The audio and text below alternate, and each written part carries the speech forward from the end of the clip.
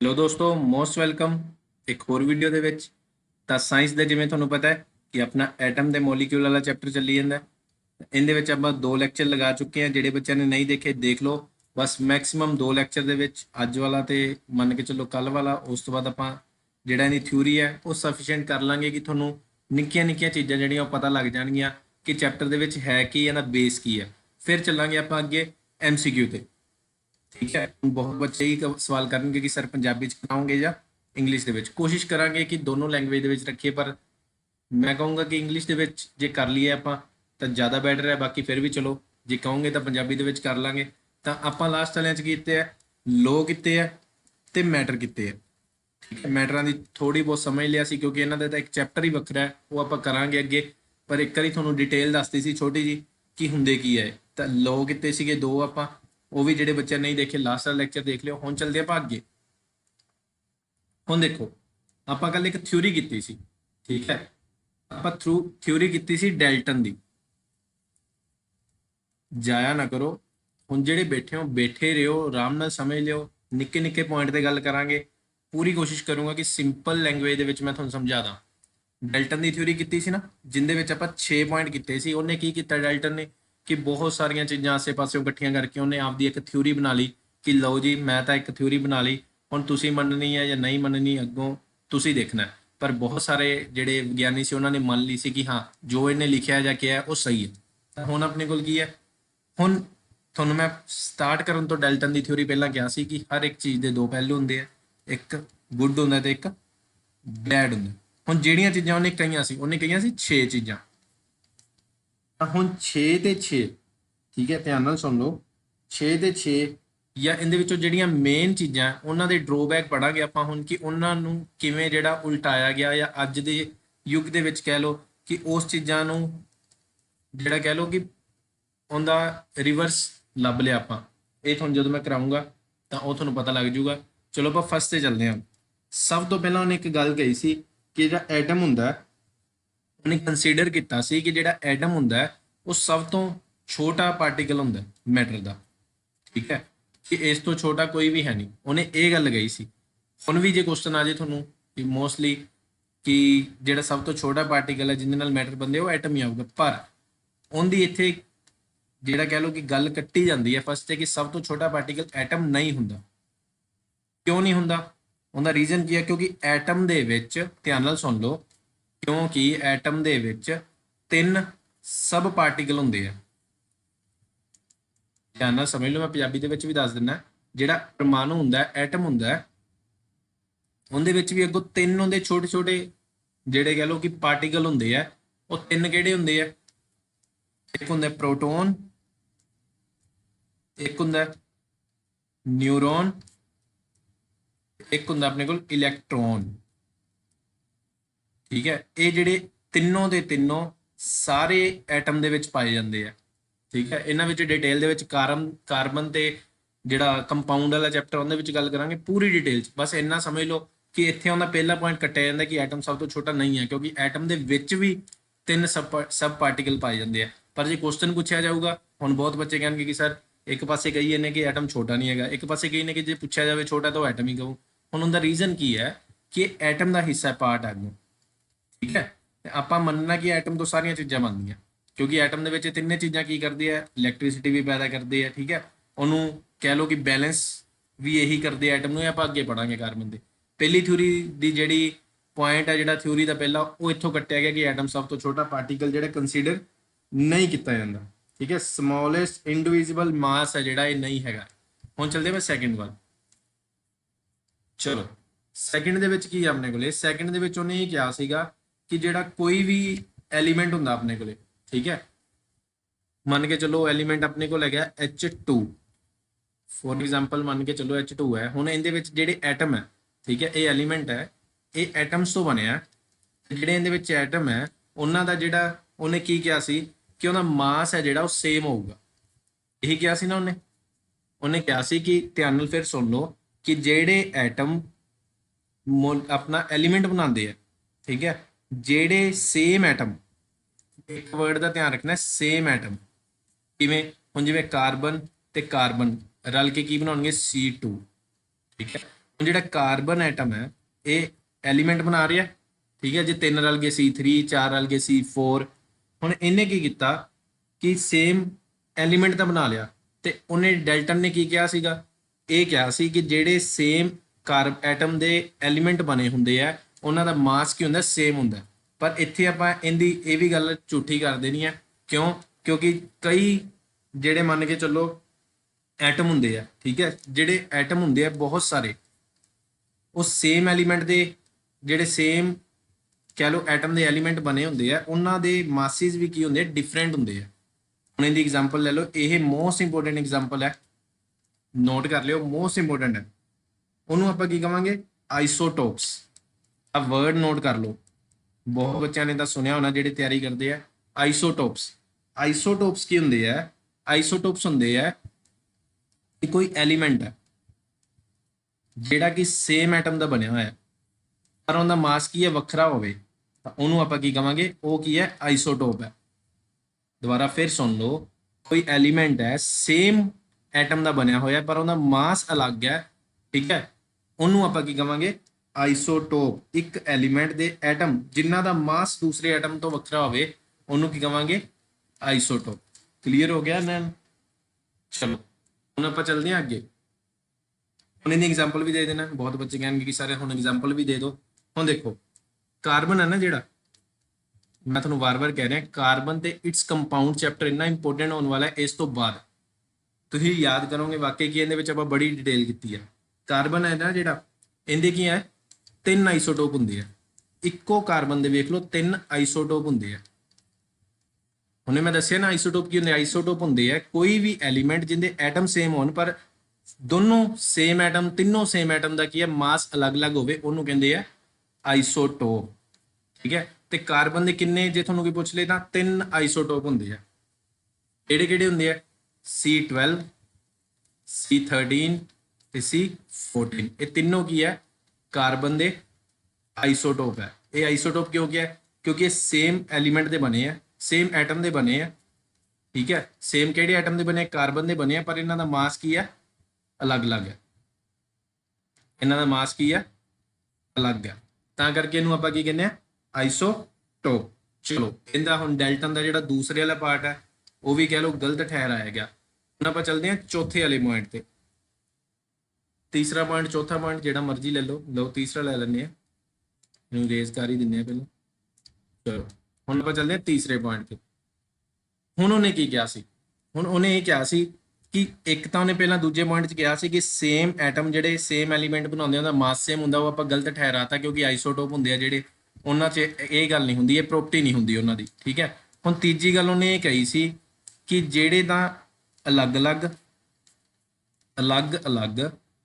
Atom ਤੋਂ element ਬਣਿਆ ਹੁੰਦਾ, ਧਿਆਨ ਨਾਲ ਸੁਣ ਲਓ, ਅਲੱਗ-ਅਲੱਗ ਐਟਮ ਤੋਂ ਕੀ ਬਣਿਆ, ਐਲੀਮੈਂਟ ਬਣਿਆ, ਉਹਦਾ ਮਾਸ ਵੀ ਕੀ ਹੈ, ਅਲੱਗ-ਅਲੱਗ ਹੋਊਗਾ। ਉਹਦਾ ਕਹਿਣਾ ਡੈਲਟਨ ਦਾ ਹੈ। ਪਰ ਆਪਾਂ ਇਹਦੀ ਇਹੀ ਵੀ ਜਿਹੜੀ ਥਿਊਰੀ ਹੈ ਉਹ ਝੂਠੀ ਸਾਬਿਤ ਕਰਾਂਗੇ। ਕਿਵੇਂ? ਹੁਣ ਦੇਖੋ ਉਹਨੇ ਕਿਹਾ ਸੀ ਕਿ ਐਲੀਮੈਂਟ ਹੈ ਜਿਹੜਾ ਅਲੱਗ-ਅਲੱਗ ਹੁੰਦੇ ਆ, ਐਲੀਮੈਂਟ ਜਿਹੜੇ ਅਲੱਗ-ਅਲੱਗ ਹੁੰਦੇ ਆ ਉਹਨਾਂ ਦਾ ਐਟਮ ਦਾ ਮਾਸ ਹੈ ਜਿਹੜਾ ਅਲੱਗ-ਅਲੱਗ ਹੁੰਦਾ, ਉਹਦਾ ਇਹ ਕਹਿਣਾ ਸੀ। ਜ਼ਿਆਦਾ ਨਹੀਂ ਇਹਦੇ ਵਿੱਚ ਜਾਂਦੇ, ਸਿਰਫ ਉਹਨੇ ਇਹ ਕਿਹਾ ਸੀ ਸਿੱਧਾ-ਸਿੱਧਾ ਕਿ ਜਿਹੜੇ ਅਲੱਗ-ਅਲੱਗ ਐਲੀਮੈਂਟ ਹੁੰਦੇ ਆ ਉਹਨਾਂ ਦਾ ਮਾਸ ਵੀ ਕੀ ਹੁੰਦਾ, ਅਲੱਗ-ਅਲੱਗ ਹੁੰਦਾ। ਹੁਣ ਦੇਖੋ ਮੈਂ ਤੁਹਾਨੂੰ ਇੱਕ ਐਗਜ਼ਾਮਪਲ ਦੇਣ ਲੱਗਿਆ ਜਿੰਦੇ ਵਿੱਚ ਕੀ ਹੋਊਗਾ ਕਿ ਐਲੀਮੈਂਟ ਕੀ ਹੈ, ਅਲੱਗ-ਅਲੱਗ ਹੋਣਗੇ ਪਰ ਉਹਨਾਂ ਦਾ ਮਾਸ ਕੀ ਹੈ, ਸੇਮ ਹੋਊਗਾ। ਉਹਨਾਂ ਦੀ ਪ੍ਰੋਪਰਟੀ, ਕੈਮੀਕਲ ਪ੍ਰੋਪਰਟੀ ਕੀ ਹੈ, ਉਹ ਸੇਮ ਹੋਊਗੀ। ਹੁਣ ਐਗਜ਼ਾਮਪਲ ਦੇਖ ਲਓ ਕਿਹੜੀ ਹੈ, ਪਹਿਲਾਂ ਉਹਨੂੰ ਦੇਖ ਲਓ ਕਹਿੰਦੇ ਕੀ ਆ, ਉਹਨੂੰ ਕਹਿੰਦੇ ਆਈਸੋਬਾਰਸ। ਉਹਨੂੰ ਕੀ ਕਹਿੰਦੇ ਆ, ਆਈਸੋਬਾਰ। ਆਈਸੋਟੋਪ ਹੁੰਦੇ ਆ ਜਿਹੜੇ ਐਟਮ ਸੇਮ ਹੁੰਦੇ ਆ ਪਰ ਉਹਨਾਂ ਦਾ ਮਾਸ ਕੀ ਹੈ, ਅਲੱਗ-ਅਲੱਗ ਹੁੰਦਾ ਹੈ। ਆਈਸੋਬਾਰ ਹੁੰਦੇ ਆ ਜਿਹੜੇ ਐਲੀਮੈਂਟ ਵੱਖਰੇ ਵੱਖਰੇ ਹੁੰਦੇ ਆ ਪਰ ਉਹਨਾਂ ਦਾ ਮਾਸ ਕੀ ਹੈ, ਸੇਮ ਹੁੰਦਾ, ਉਹਨੂੰ ਕਹਿੰਦੇ ਆ ਆਈਸੋਬਾਰ। ਕਲੀਅਰ ਹੈ? ਹੁਣ ਚੱਲਦੇ ਆਪਾਂ ਅੱਗੇ ਇਹਦੀ ਕਹਿ ਲਓ ਐਗਜ਼ਾਮਪਲ ਤੇ। ਹੁਣ ਦੇਖੋ ਇੱਕ ਹੈ ਚਾਰਕੋਲ, ਧਿਆਨ ਨਾਲ ਸਮਝ ਲਿਓ, ਮੈਂ ਤਾਂ ਹੀ ਇੱਕ ਲਾਈਨ ਤੇ ਵਾਰ-ਵਾਰ ਦਬਾ ਦੇ ਕੇ ਸਮਝਾ ਰਿਹਾ ਕਿਉਂਕਿ ਐਮਸੀਕਿਊ ਦੇ ਵਿੱਚ ਇਹ ਚੀਜ਼ਾਂ ਬਹੁਤ ਕੰਮ ਆਉਣਗੀਆਂ। ਡਾਇਮੰਡ, ਉਸ ਤੋਂ ਬਾਅਦ ਆਪਣੇ ਕੋਲ ਕੀ ਹੈ, ਗ੍ਰੇਫਾਈਟ। ਇਹਨਾਂ ਨੂੰ ਮੈਂ ਡਿਟੇਲ 'ਚ ਕਰਾਉਂਗਾ ਕਾਰਬਨ ਵਾਲੇ ਚੈਪਟਰ ਦੇ ਵਿੱਚ, ਮਿਸ ਨਹੀਂ ਕਰਨੀ ਕੋਈ ਵੀ ਕਲਾਸ, ਤੁਹਾਡੇ ਲਈ ਹੈ ਜਿਹੜਾ ਥੋੜਾ ਜਿਹਾ ਜ਼ਰੂਰ ਔਖਾ ਵਰਕ ਲੱਗੂਗਾ पर मैं कोशिश करूंगा हर वाली की सौखा करके समझावा। हुण देखो ये ਜਿਹੜੇ ਐਟਮ ਹੈ ਇਹ ਕਿੰਨੇ ਬਣੇ ਆ, ਜੇ ਤੁਹਾਨੂੰ ਕੋਈ ਪੁੱਛ ਲੇ ਡਾਇਮੰਡ ਕਿੰਨਾ ਬਣਿਆ ਤਾਂ ਇਹ ਬਣਿਆ ਕਾਰਬਨ ਦੇ ਤਿੰਨੋਂ ਹੀ। ਠੀਕ ਹੈ, ਇਹਨਾਂ ਦੀ ਜਿਹੜੇ ਕੀ ਹੈ ਸੇਮ ਹੈ ਨਾ, ਤੇ ਇਹਨਾਂ ਦੀ ਇੱਕ ਕੀ ਹੈ ਪ੍ਰੋਪਰਟੀ ਕੀ ਹੋਊਗੀ, ਅਲੱਗ-ਅਲੱਗ ਹੋਊਗੀ। ਹੁਣ ਜਿਹੜੇ ਤਿੰਨੋਂ ਦੇ ਤਿੰਨੋਂ ਐਟਮ ਹੈਗੇ ਆ, ਠੀਕ ਹੈ, ਜਿਹੜੇ ਤਿੰਨੋਂ ਹੀ ਐਲੀਮੈਂਟ ਆਪਣੇ ਕੋਲ ਹੈਗੇ ਆ, ਇਹ ਕਿੰਦੇ ਬਣੇ ਆ ਸੇਮ ਕਾਰਬਨ ਦੇ ਬਣੇ ਆ ਸਾਰੇ, ਪਰ ਇਹਨਾਂ ਦੀ ਅਲੱਗ-ਅਲੱਗ ਕੀ ਹੈ ਮਾਸ, ਇਹਨਾਂ ਦਾ ਕੀ ਹੈ ਅਲੱਗ-ਅਲੱਗ ਹੈ, ਪ੍ਰੋਪਰਟੀ ਆਪਣੇ ਕੋਲ ਸੌਰੀ ਠੀਕ ਹੈ, ਪ੍ਰੋਪਰਟੀ ਇਹਨਾਂ ਦੀ ਕੀ ਹੈ ਅਲੱਗ-ਅਲੱਗ ਹੈ। ਇਸ ਚੀਜ਼ ਦਾ ਧਿਆਨ ਰੱਖਣਾ ਕਿਉਂਕਿ ਇਹ ਤਾਂ ਦੱਸਿਆ ਕਿਉਂਕਿ ਡਾਇਮੰਡ ਕਈ ਵਾਰੀ ਪੁੱਛ ਲੈਂਦੇ ਆ ਕਿ ਕਾਰਬਨ ਦਾ ਬਣਿਆ, ਚਾਰਕੋਲ ਪੁੱਛ ਲੈਣ ਕਾਰਬਨ ਦਾ ਬਣਿਆ। ਦੇਖੋ ਹੁਣ ਇਹਦੇ ਵਿੱਚ ਛੋਟੀ ਜਿਹੀ ਹੋਰ ਚੀਜ਼ ਐਡ ਕਰ ਦਿੰਦਾ ਮੈਂ, ਹੁਣ ਮੰਨ ਕੇ ਚੱਲੋ ਗ੍ਰੇਫਾਈਟ ਹੈ, ਠੀਕ ਹੈ, ਇਹ ਕਿੰਨਾ ਬਣਿਆ ਕਾਰਬਨ ਐਟਮ ਦਾ ਬਣਿਆ। ਹੁਣ ਡਾਇਮੰਡ ਕਹਿੰਦਾ ਡਾਇਮੰਡ ਵੀ ਕੀ ਹੈ ਕਾਰਬਨ ਐਟਮ ਦਾ ਬਣਿਆ। ਹੁਣ ਇਹਨਾਂ 'ਚ ਦੇਖੋ ਬਣੇ ਸੇਮ ਹੈ, ਇੱਕੋ ਕਹਿ ਲਓ ਕਿ ਇਹਨਾਂ ਦੇ ਪੇਰੈਂਟ ਸੇਮ ਹੈ, ਪਰ ਇਹ ਕਿੰਨੇ ਡਿਫਰੈਂਸ ਹੈ।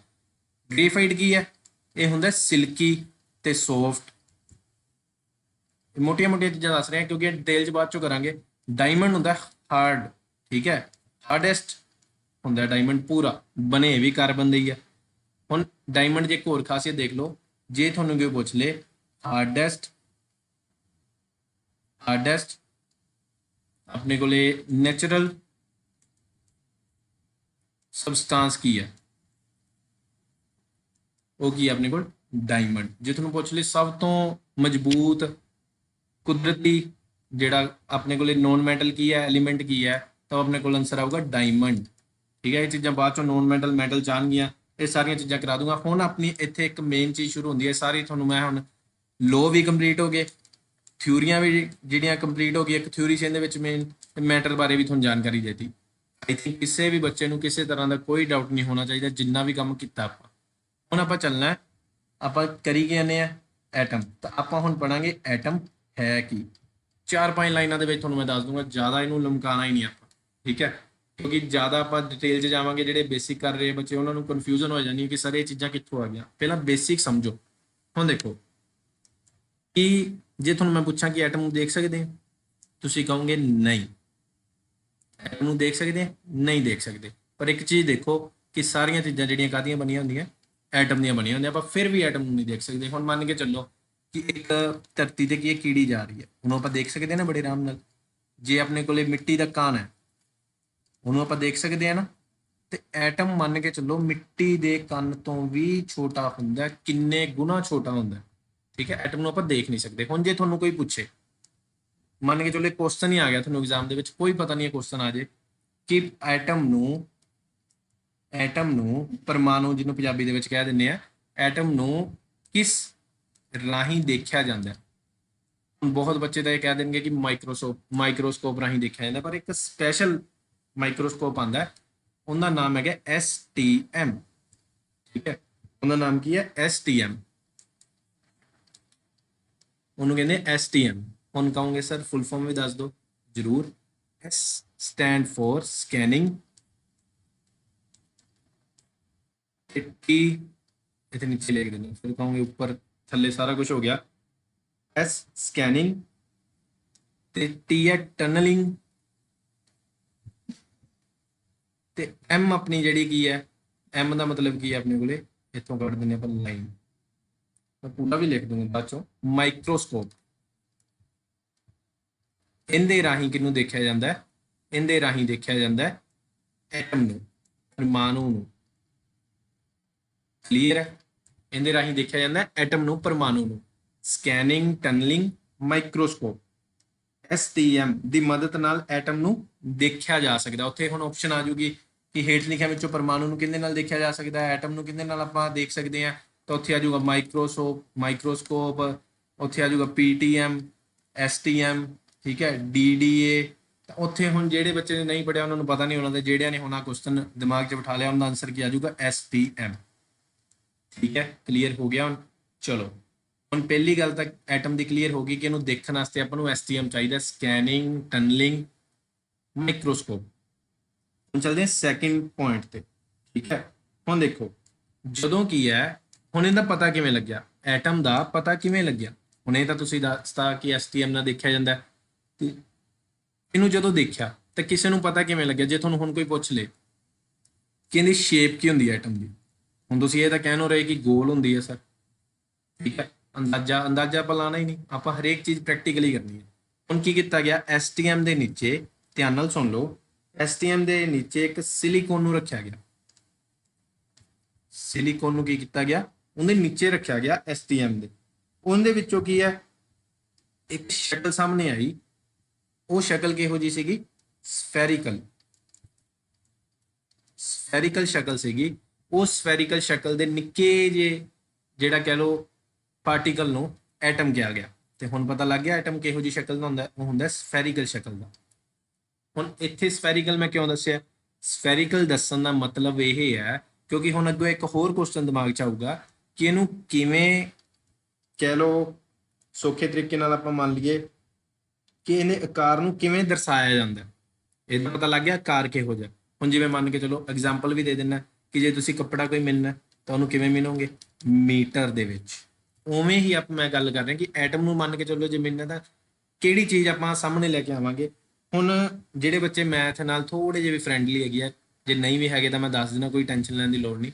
ਜਿਹੜਾ ਆਪਣੇ ਕੋਲ ਹੁੰਦਾ ਨਾ ਸਫੈਰੀਕਲ ਸ਼ੇਪ ਹੁੰਦੀ ਹੈ, ਉਹਨੂੰ ਆਪਾਂ ਰੇਡੀਅਸ ਦੇ ਨਾਲ ਕਾਊਂਟ ਕਰਦੇ ਹਾਂ, ਠੀਕ ਹੈ। ਤਾਂ ਹੁਣ ਐਟਮ ਵੀ ਕਿੰਦੇ ਵਰਗਾ? ਸਫੈਰੀਕਲ ਵਰਗਾ। ਤਾਂ ਐਟਮ ਵੀ ਕਿੰਦੇ ਨਾਲ ਹੋਊਗਾ? ਰੇਡੀਅਸ ਵਰਗਾ। ਪਰ ਉਹਨੂੰ ਕੀ ਕਿਹਾ ਜਾਂਦਾ? ਉਹਨੂੰ ਕਿਹਾ ਜਾਂਦਾ ਰੇਡੀਅਸ, ਠੀਕ ਹੈ। RADY। ਜੇ ਐਸ ਵੀ ਲਿਖਿਆ ਹੈ ਤਾਂ ਕੋਈ ਵੱਡੀ ਗੱਲ ਨਹੀਂ, ਉੱਥੇ ਨਾ ਸੋਚੋ ਕਿ ਮੈਂ ਰੈਡੀ ਦੱਸਿਆ। ਇਹਨੂੰ ਆਪਾਂ ਕਹਾਂਗੇ ਜਿਹੜਾ ਮੰਨ ਕੇ ਚਲੋ ਐਟਮ ਦੇ ਆਕਾਰ ਨੂੰ ਰੈਡੀ ਨਾਲ ਦਰਸਾਇਆ ਜਾਂਦਾ ਹੈ, ਤੇ ਰੈਡੀ ਨੂੰ ਕੀ ਕਿਹਾ ਜਾਂਦਾ ਹੈ? Atom ready. ਕਲੀਅਰ ਹੋ ਗਿਆ ਕਿ ਇਹਨੂੰ ਦਰਸਾਇਆ ਕਿੰਦੇ ਨਾਲ ਜਾਂਦਾ ਹੈ? ਰੈਡੀ ਨਾਲ। ਤੇ ਇਹਨੂੰ ਕੀ ਕਿਹਾ ਜਾਂਦਾ? Atom ready. ਇਹ ਵੀ ਕਨਸੈਪਟ ਕਲੀਅਰ ਹੋ ਗਿਆ। ਹੁਣ ਦੁਬਾਰਾ ਫਿਰ ਸਫੈਰੀਕਲ ਹੈਗਾ, ਸਫੈਰੀਕਲ ਸ਼ੇਪ ਹੈ ਦੀ, ਇਹਨੂੰ ਦਰਸਾਇਆ ਜਾਂਦਾ ਰੈਡੀ ਨਾਲ, ਤੇ ਜਿਹੜਾ ਰੈਡੀ ਨਾਲ ਇਹਨੂੰ ਦਰਸਾਇਆ ਜਾਂਦਾ ਉਹਨੂੰ ਕਿਹਾ ਜਾਂਦਾ ਐਟਮ ਰੈਡੀ। ਚਲੋ ਇਹਨਾਂ ਦਾ ਕਲੀਅਰ ਹੋ ਗਿਆ। ਹੁਣ ਜਿਹੜਾ ਐਟੋਮਿਕ ਰੈਡੀ ਹੈ ਇਹਨੂੰ ਕਿੰਦੇ ਵਿੱਚ ਦਰਸਾਇਆ ਜਾਂਦਾ? ਹੁਣ ਇੱਥੇ ਛੋਟਾ ਜਿਹਾ ਧਿਆਨ ਦੇਣ ਵਾਲੀ ਗੱਲ ਹੈ। ਹੁਣ ਦੇਖੋ ਇਹਦਾ ਮੈਂ ਕਨਸੈਪਟ ਤੁਹਾਨੂੰ ਜਿਹੜੀ ਭਾਸ਼ਾ ਨਾਲ ਫਰੈਂਡਲੀ ਹੈ, ਜਿਹੜੀਆਂ ਚੀਜ਼ਾਂ ਆਪਾਂ ਅੱਗੇ ਕਰਨੀਆਂ ਉਹਦੇ ਨਾਲ ਦੱਸਣ ਲੱਗਿਆ, ਧਿਆਨ ਦੇ ਲਿਓ। ਹੁਣ ਇੱਕ ਹੁੰਦਾ ਸੰਬੰਧਕ। ਸੰਬੰਧਕ ਦਾ ਮਤਲਬ ਹੁੰਦਾ ਜਿਹੜਾ ਕੀ ਹੈ ਦੋ ਸ਼ਬਦਾਂ ਵਿੱਚ ਇੱਕ ਸੰਬੰਧ ਪੈਦਾ ਕਰੇ। ਕਲੀਅਰ ਹੈ। ਇੱਕ ਹੁੰਦਾ ਸੰਬੰਧੀ, ਠੀਕ ਹੈ, ਜਿਹੜੇ ਸ਼ਬਦ ਦਾ ਉਹ ਸੰਬੰਧ ਪੈਦਾ ਕਰੀ ਜਾਂਦਾ, ਜਿਹੜੇ ਸੰਬੰਧ ਦਾ, ਇਹ ਗੱਲ ਕਰ ਰਿਹਾ ਮੈਂ, ਜਿਹੜੇ ਸੰਬੰਧ, ਜਿਹੜਾ ਸ਼ਬਦ ਦਾ ਸੰਬੰਧ ਪੈਦਾ ਕਰ ਰਿਹਾ, ਠੀਕ ਹੈ, ਜਿਹੜੇ ਸ਼ਬਦ ਨਾਲ ਸ਼ਬਦ ਨਾਲ ਸੰਬੰਧ ਨੂੰ ਜੋੜ ਰਿਹਾ, ਉਹਨੂੰ ਕਹਿੰਦੇ ਸੰਬੰਧੀ। ਇਹਦੀ ਐਗਜ਼ਾਮਪਲ ਵੀ ਦੇ ਦੂੰਗਾ, ਫਿਰ ਆਪਾਂ ਚੱਲਾਂਗੇ ਐਟਮ ਤੇ, ਕਿ ਮੈਂ ਅੱਗੇ ਦੱਸਣ ਕੀ ਜਾ ਰਿਹਾ, ਫਿਰ ਤੁਹਾਨੂੰ ਸੌਖੀ ਸਮਝ ਆ ਜਾਊਗੀ। ਤੇ ਜਿਹੜੀ ਕਹਿ ਲਓ ਕਿ ਜਿਹੜੇ ਸ਼ਬਦ ਨਾਲ ਸੰਬੰਧ ਦਰਸਾਇਆ ਜਾ ਰਿਹਾ ਉਹਨੂੰ ਕਹਿੰਦੇ ਸੰਬੰਧਮਾਨ, ਠੀਕ ਹੈ। ਹੁਣ ਇਹਦੀ ਐਗਜ਼ਾਮਪਲ ਕੀ ਹੈ? ਰਾਮ, ਮੰਨ ਕੇ ਚੱਲੋ, ਹੁਣ ਤੇ ਨਹੀਂ ਬੋਲਣਾ, ਤੇ ਆ ਜਾਊਗਾ ਯੋਜਕ ਚ। ਇਹ ਚੀਜ਼ਾਂ ਮੈਂ ਸਾਰੀਆਂ ਕਰਾਉਂਗਾ ਪੰਜਾਬੀ ਚ।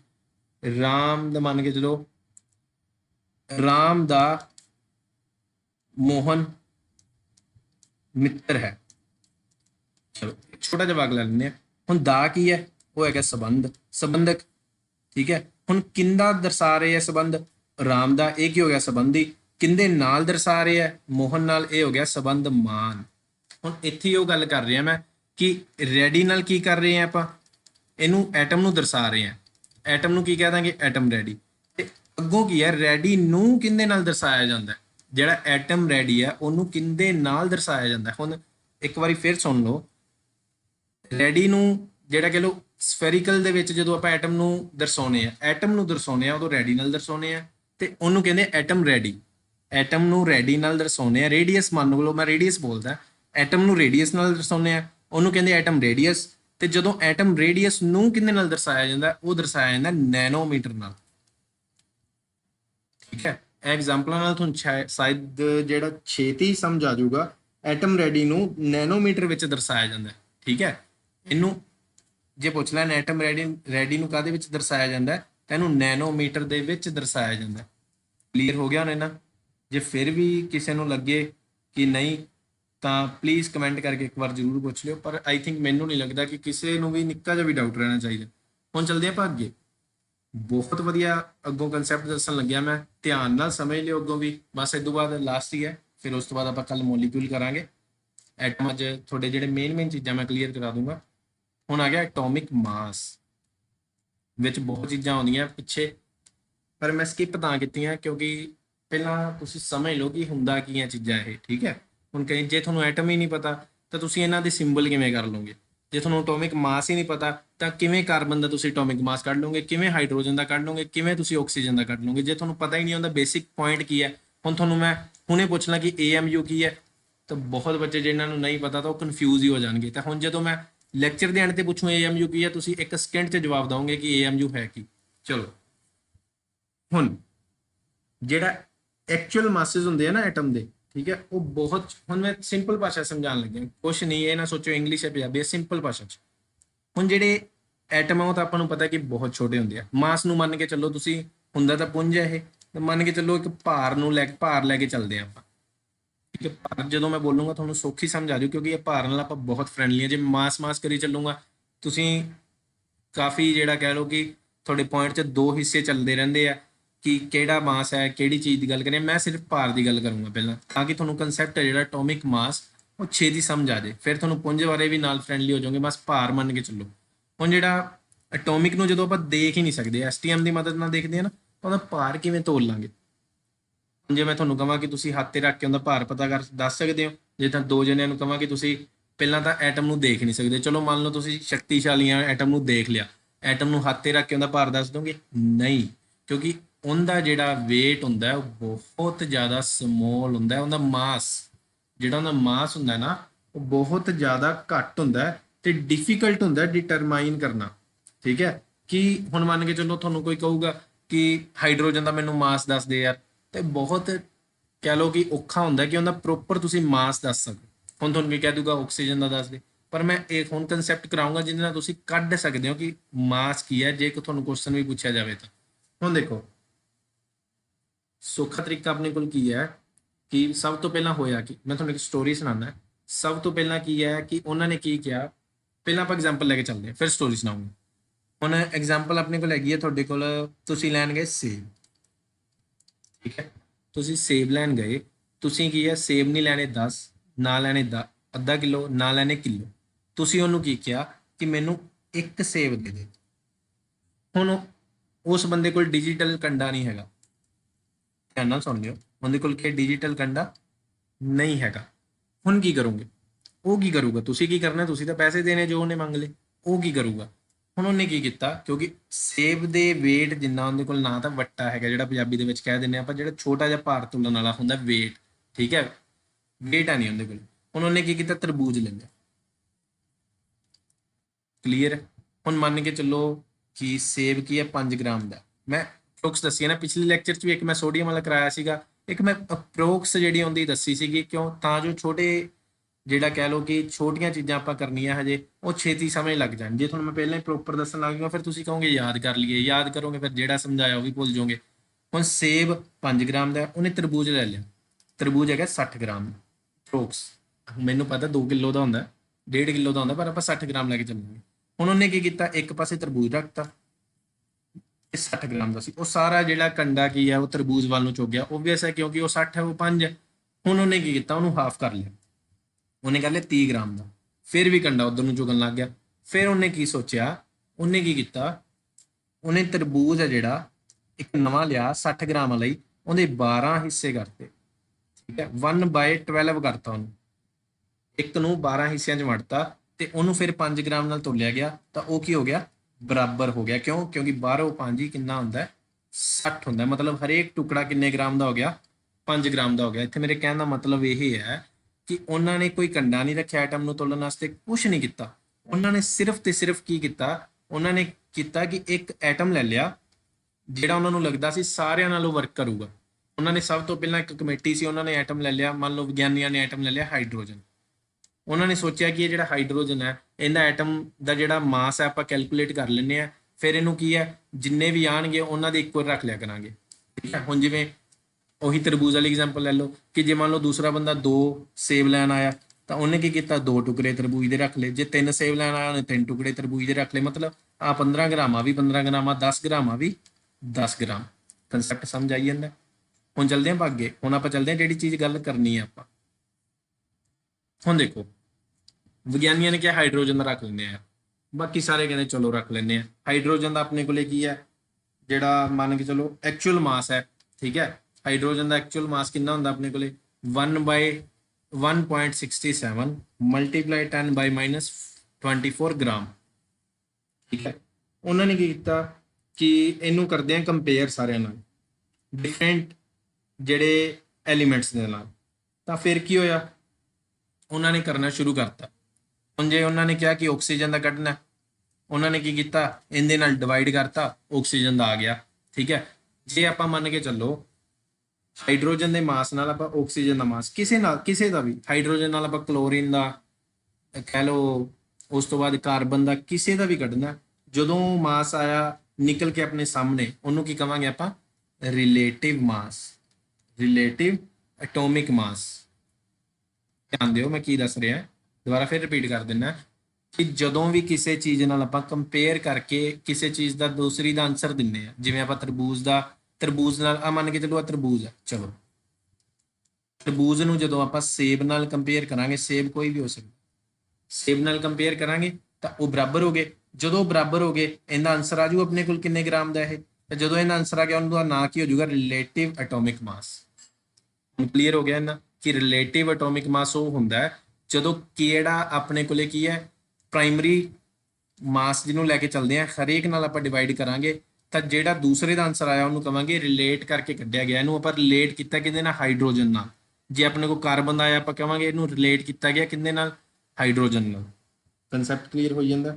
ਫਿਰ ਦੇਖੋ ਇਹਨੂੰ ਰੈਫਰੈਂਸ ਦੇ ਤੌਰ ਤੇ ਲਿਆ ਜਾਂਦਾ ਸੀ, ਫਿਰ ਬਹੁਤ ਸਾਰੀਆਂ ਇਹਦੇ ਵਿੱਚ ਕਮੀਆਂ ਆ ਗਈਆਂ, ਠੀਕ ਹੈ। ਇਹਦੇ ਨਾਲ ਇਹ ਰਿਐਕਟ ਕਰਨ ਲੱਗ ਗਿਆ। ਜੇ ਮੰਨ ਲਓ ਇਹਨੂੰ ਹਾਈਡਰੋਜਨ ਨੂੰ ਆਪਾਂ ਕਹਿ ਦਿੰਦੇ ਸੀਗੇ ਕਿ ਆਕਸੀਜਨ ਨਾਲ ਲਾਤਾ ਤਾਂ ਉਹ ਵਾਟਰ ਬਣਾ ਦਿੰਦਾ ਸੀ, ਜੇ 2 ਰਲ ਜਾਂਦੇ ਤਾਂ ਵਾਟਰ ਬਣ ਜਾਂਦਾ ਸੀਗਾ, ਠੀਕ ਹੈ। ਇਹ ਰਿਐਕਟ ਕਰਨ ਲੱਗ ਗਿਆ। ਫਿਰ ਉਹਨਾਂ ਨੇ ਕਿਹਾ ਵੀ ਇਹ ਨਹੀਂ ਆਪਾਂ ਲੈਣਾ, ਠੀਕ ਹੈ। ਇਹਨੂੰ ਚੇਂਜ ਕਰਤਾ, ਹਾਈਡਰੋਜਨ ਨੂੰ ਕੀ ਕਰਤਾ, ਚੇਂਜ ਕਰਤਾ। ਹਾਈਡਰੋਜਨ ਨੂੰ ਚੇਂਜ ਕਾਹਦੇ ਚ ਕਰਤਾ ਕਿ ਹੁਣ ਆਪਾਂ ਰੈਫਰੈਂਸ ਕਿੰਦੀ ਕਿਹੜੇ ਐਟੋਮਿਕ ਮਾਸ ਦੀ ਲਿਆ ਕਰਾਂਗੇ, ਹਾਈਡਰੋਜਨ ਤੋਂ। ਹਾਈਡਰੋਜਨ ਤੋਂ ਕਹਿੰਦੇ ਅਸੀਂ ਲਿਆ ਕਰਾਂਗੇ ਜੀ ਆਕਸੀਜਨ ਦੀ। ਫਿਰ ਉਹਨਾਂ ਨੇ ਹਾਈਡਰੋਜਨ ਨੂੰ ਦਿੱਤਾ ਕੱਟ, ਆਕਸੀਜਨ ਨੂੰ ਕਰ ਲਿਆ ਐਡ। ਹੁਣ ਉਹ ਕਹਿੰਦੇ ਵੀ ਅਸੀਂ ਤਾਂ ਜਿੰਨੇ ਵੀ ਹੈਗੇ ਆ ਆਕਸੀਜਨ ਦੀ ਕਹਿ ਲਓ ਕਿ ਐਟੋਮਿਕ ਮਾਸ ਦਾ ਯੂਜ਼ ਕਰਿਆ ਕਰਾਂਗੇ। ਫਿਰ ਜਦੋਂ ਉਹਨਾਂ ਨੇ ਆਕਸੀਜਨ ਦੀ ਜਿਹੜਾ ਕਹਿ ਲਓ ਕਿ ਲਿਆ ਐਟੋਮਿਕ ਮਾਸ, ਉੱਥੇ ਇੱਕ ਹੋਰ ਕਨਫਿਊਜ਼ਨ ਆ ਗਈ। ਆਕਸੀਜਨ ਹੁੰਦੀ ਹੈ ਹਵਾ ਦੇ ਵਿੱਚ, ਜਦੋਂ ਮੰਨ ਕੇ ਚੱਲੋ ਇਹਨੂੰ ਕਿਸੇ ਹੋਰ ਮੈਟਲ ਦੇ ਨਾਲ ਲਾਇਆ ਜਾਂਦਾ ਸੀ, ਇਹ ਮਿੰਟ 'ਚ ਕੀ ਕਰ ਜਾਂਦਾ ਸੀ, ਰਿਐਕਟ ਕਰ ਜਾਂਦਾ ਸੀ। ਜਿਹੜਾ ਮਾਸ ਆਪਾਂ ਕੱਢਣਾ ਹੁੰਦਾ ਸੀ ਰਿਲੇਟਿਵ ਮਾਸ, ਰਿਲੇਟਿਵ ਐਟੋਮਿਕ ਮਾਸ ਕੱਢਣਾ ਹੁੰਦਾ ਸੀ, ਉਹ ਉਲਟ ਪੁਲਟ ਹੋ ਜਾਂਦਾ ਸੀ। ਹੁਣ ਜਦੋਂ ਆਕਸੀਜਨ 'ਚ ਪੋਟਾਸ਼ੀਅਮ ਲਾ ਦਾਂਗੇ ਉਹਨੂੰ ਅੱਗ ਲੱਗ ਜੂਗੀ, ਜੇ ਆਪਾਂ ਕੈਲਸ਼ੀਅਮ ਆਈ ਥਿੰਕ ਲਾ ਦਾਂਗੇ ਉਹਨੂੰ ਵੀ ਅੱਗ ਲੱਗ ਜੂਗੀ, ਤੇ ਫਿਰ ਉਹਨਾਂ ਮਾਸ ਕਿਵੇਂ ਪਤਾ ਕਰਾਂਗੇ। ਹੁਣ ਉਹਨਾਂ ਨੇ ਕੀ ਕੀਤਾ, ਡਿਫਿਕਲਟੀ ਆਉਣ ਲੱਗ ਗਈ ਉਹਨਾਂ ਨੂੰ, ਜਿੰਨੇ ਵੀ ਵਿਗਿਆਨੀ ਸੀ ਉਹਨਾਂ ਨੂੰ ਕੀ ਆਉਣ ਲੱਗ ਗਈ, ਦਿੱਕਤ ਆਉਣ ਲੱਗ ਗਈ ਇਸ ਚੀਜ਼ 'ਚ ਕਿ ਆਪਾਂ ਹੁਣ ਕਰੀਏ ਤਾਂ ਕਰੀਏ ਕੀ, ਐਟੋਮਿਕ ਮਾਸ ਪਤਾ ਕਿਵੇਂ ਕਰੀਏ ਇਹਨਾਂ ਚੀਜ਼ਾਂ ਦਾ। ਫਿਰ 1961 ਵਿੱਚ, ਧਿਆਨ ਨਾਲ ਸੁਣ ਲਓ ਹੁਣ 1961 ਵਿੱਚ 1961 ਵਿੱਚ ਜਿਹੜੇ IUPAS, ਠੀਕ ਹੈ, ਇਹਨਾਂ ਦੀ ਫੁੱਲ ਫਾਰਮ ਬਾਅਦ ਚ ਯਾਦ ਕਰਾਉਂਗਾ, ਇੰਨਾ ਯਾਦ ਰੱਖ ਲਓ ਬਸ। ਜਿਹੜੇ IUPAS ਇਹ ਵਿਗਿਆਨੀਆਂ ਦੀ ਕਮੇਟੀ ਸੀ, ਮੰਨ ਲਓ ਇਹ ਮੈਂ ਪੂਰੇ ਯਾਦ ਕਰਾ ਦੂੰਗਾ IUPAS ਨੂੰ ਕੀ ਕਹਿੰਦੇ, ਫਿਰ ਨਹੀਂ ਤਾਂ ਹੁਣ ਜਿਹੜੀਆਂ ਚੀਜ਼ਾਂ ਕਰੀ ਜਾਂਦੇ ਉਹ ਵੀ ਭੁੱਲ ਜਾਓਗੇ।